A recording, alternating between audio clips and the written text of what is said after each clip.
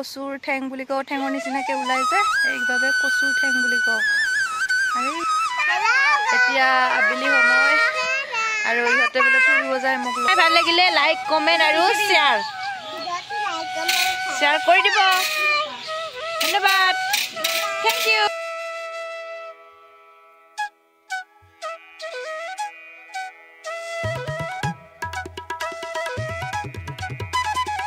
Hello' everyone, মোৰ অন্য এটি ব্লগলৈ সকলোকে স্বাগতম জনাইছোঁ। আৰু মই আছোঁ বৰ্তমান মাৰ ঘৰত আৰু ভাবিলোঁ আজিৰ দিনটোৰ মুহূৰ্তখিনি আপোনালোকৰ লগতো শ্বেয়াৰ কৰোঁ। দিনটোত কি কৰোঁ কি নকৰোঁ আজি আপোনালোকক দেখুৱাই থাকিম। আৰু ৰাতিপুৱা আহিলোঁ এইফালে গঁৰালৈ বুলি মানে কণী নিবৰ কাৰণে। এইফালে হাজনীয়ে কণী পাৰি আছে আৰু এইকেইটা হৈছে মুৰ্গীৰ কণী। আৰু এটা ইমান সৰু কণী আছিলে, এইটো মুৰ্গীৰে হয়নে বেলেগ কিবা চৰাই আহি পাৰি গৈছে নাজানো। আৰু ইমান সৰু কণী। তাৰপাছত কণীকেইটা মই ইফালে লৈ ল'লোঁ আৰু এইফালে আছিলে হাঁহৰ কণীও কেইটামান। এইকেইটাও মানে ইয়াৰো আধা হাঁহৰো আধা মুৰ্গীৰ আধা এনেকৈ লৈ লৈছোঁ। আৰু আজি ৰাতিপুৱা মানে কণীৰ সৈতে ভাত খাম বুলি ভাবিছোঁ। আৰু ঘৰত থাকিলেতো আৰু ৰাতিপুৱা দুপৰীয়া আৰু ৰাতি মানে 3 সাঁজ ভাত খোৱা হয়। এইফালে দাদাহঁতে জাল পাতিছিলে ৰাতি আৰু ৰাতিপুৱাই এনেকৈ উঠাই লৈ আহে। আৰু আজি বেছি লগা নাই বাৰু, 1 কিলো 1.5 কিলো মানহে লাগিছে। সদায় পাতে, কেতিয়াবা বেছিকৈ লাগে কেতিয়াবা কমকৈ লাগে। আৰু আজি বেছি লগা নাই, এইকেইটাই লাগিছে। এয়া আমি আহিছিলোঁ পথাৰলৈ, এইফালে কঠীয়া চাবলৈ, মানে পানী নাই সেইবাবে চাবলৈ আহিছিলোঁ। এইফালে ৰঙা ৰঙা হৈ গৈছে পানী নোহোৱাৰ কাৰণে। তাৰপাছত এইফালে আহিলোঁ আমি কচুৰ বৈ অলপ লৈ যাম বুলি। ইয়াতে কচু আছে বহুত। আৰু এইখন হৈছে আমাৰ মানে তামোলৰ বাগান, তামোলৰ বাৰী। এতিয়া জংঘল হৈ আছে আৰু ইয়াতে বহুত কচু আছে। মামীৰ লগত এতিয়া আমি কচু বুটলি আছোঁ, মানে কচু লৈ যাম আৰু খাবৰ কাৰণে। আৰু চাই থাকিব ভিডিঅ'টি।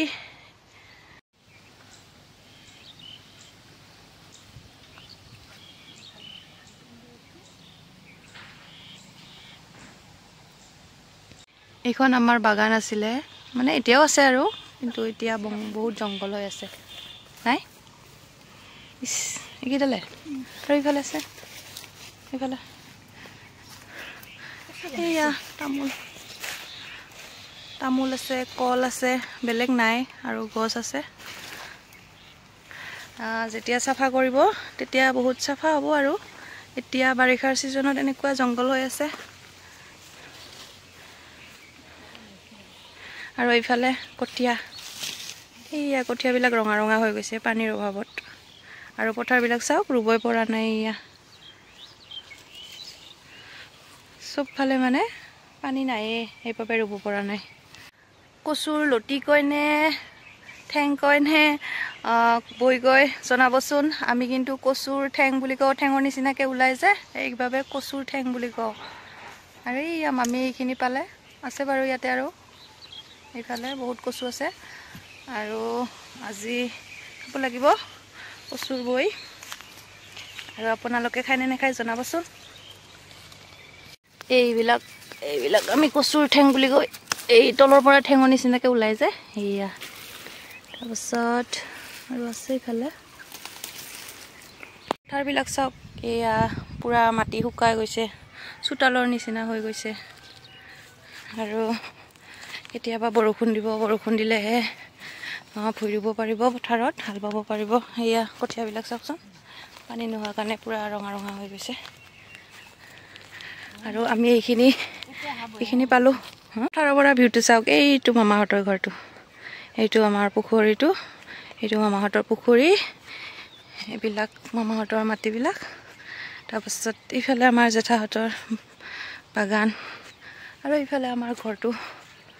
আৰু ৰ'দত এনেকৈ আমি কচু বিচাৰি বিচাৰি গৈ আছোঁ। এইবিলাক চব কচুৱে, কিমান লাগিব এইবিলাক। পতাল বিচাৰি বিচাৰি আনিলোঁ কচুৰ বৈ। এতিয়া মানে বচাত লাগি গৈছে আৰু বনাব লাগিব যে। আৰু তাতে দিব কঁঠালৰ গুটিৰ সৈতে বনাব আজি। এইফালে এইখিনি পালোঁ আৰু মামী বাচি আছে আৰু আমি বাচি লওঁ। এতিয়া বিৰতি টাইম চাহ।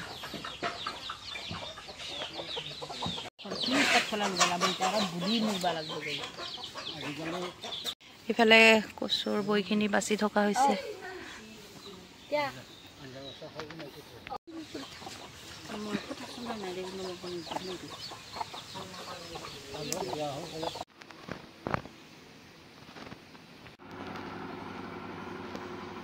কচুৰ লতিখিনি বাছি ললো আৰু এতিয়া বনাই লওঁ পাকঘৰলৈ আহি গৈছো এতিয়া বনাই লম আৰু বনাম আজি কঁঠালৰ গুটিৰ সৈতে দেখাই থাকিম বাৰু এইফালে আহিছো মই কচু দিবৰ বাবে মেষ্টা টেঙা নিবলৈ আৰু এইখন হৈছে আমাৰ আইতাৰ পাচলি বাগান ইয়াতে মেষ্টা টেঙা লগাইছিলে আৰু কেইটামান আগ লৈ যাম কচুৰ লতিত দিবৰ বাবে আৰু এতিয়া ছিঙি লওঁ এইফালে গোহালি মামাহঁতৰ গোহালি এইটো এইফালে আমাৰ ঘৰ এইটো মামাহঁতৰ ঘৰ এয়া লৈ গৈ আছো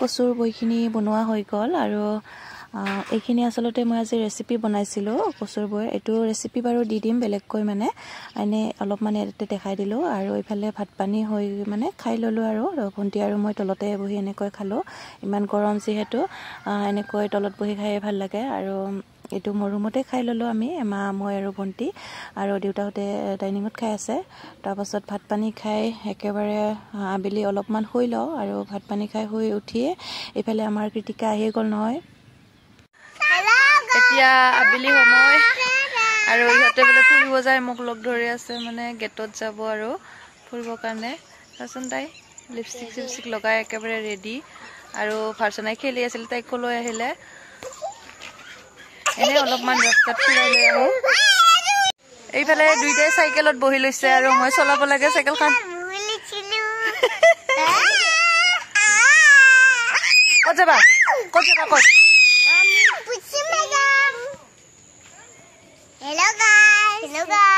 কি খবৰ আপোনালোকৰ ভালনে আমি ক'ত যাব লৈছো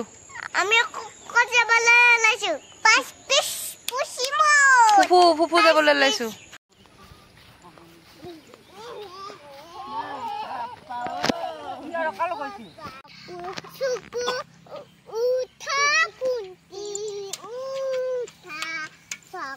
আহিলো আমি পথাৰলৈ ইয়াতে অলপমান বহিম কি ধুনীয়া পৰিৱেশ হৈ আছে এতিয়া ইহঁতকো ফুৰাই লৈ আহো অলপমান এনেকৈ এইফালে ভিউটো চাওক ইমান ধুনীয়া হৈ আছে চাৰিওফালে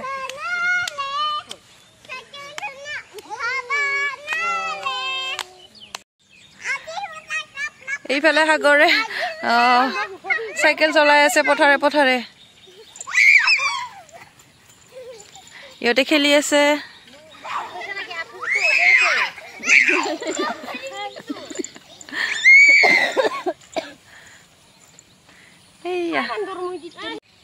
এইয়া পথাৰৰ পৰা ইহঁতে দৌৰি দৌৰি আহিছে ইমান ভাল পায় এনেকৈ খেলি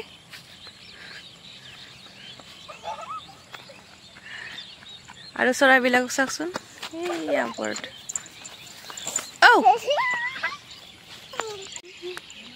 মাহঁতে ইয়াতে বহি আছে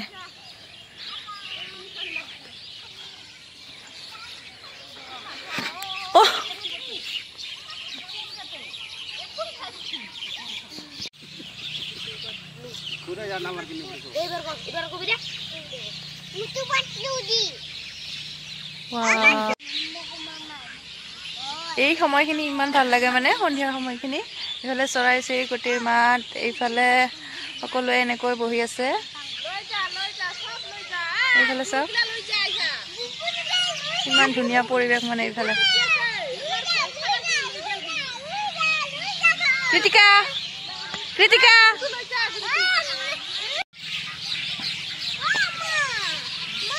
সন্ধিয়াৰ আকাশখন চাওকচোন ইমান ধুনীয়া লাগে চৰাইবিলাকে ইফালৰ পৰা সিফালে মানে উৰি আছে এইফালে চাওকচোন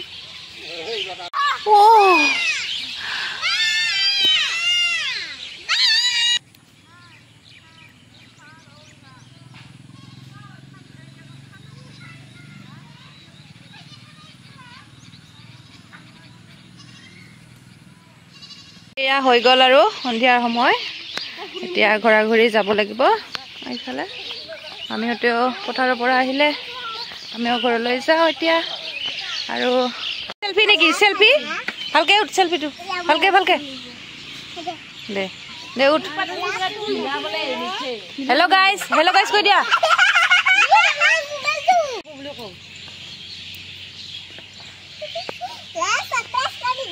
লাইট বাপৰে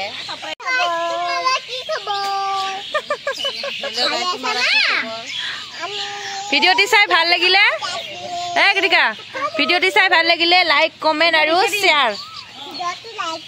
শ্বেয়াৰ কৰি দিব ধন্যবাদ থেংক ইউ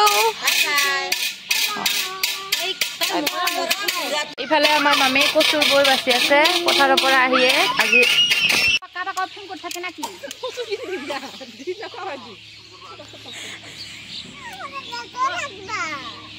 এতিয়া হৈ গ'ল ৰাতি আৰু ৰাতি এতিয়া মই বনাই আছোঁ মাংস ইফালে ভণ্টি বনাই আছে ভাজি মানে চব ভাগে ভাগে আৰু মায়ে বনালে ভাত আৰু দালি মোৰ ভাগত মাংসখিনি পৰিছে আৰু তাইৰ ভাগত ভাজিখিনি পৰিছে মানে আৰু এতিয়া মাংসখিনি বনাই লওঁ এইফালে ব্ৰইলাৰ মাংস মানে বনাই আছোঁ একো দিয়াই নাই ইয়াতে জাষ্ট মাংসখিনিহে দিছোঁ আৰু এইফালে ভাজি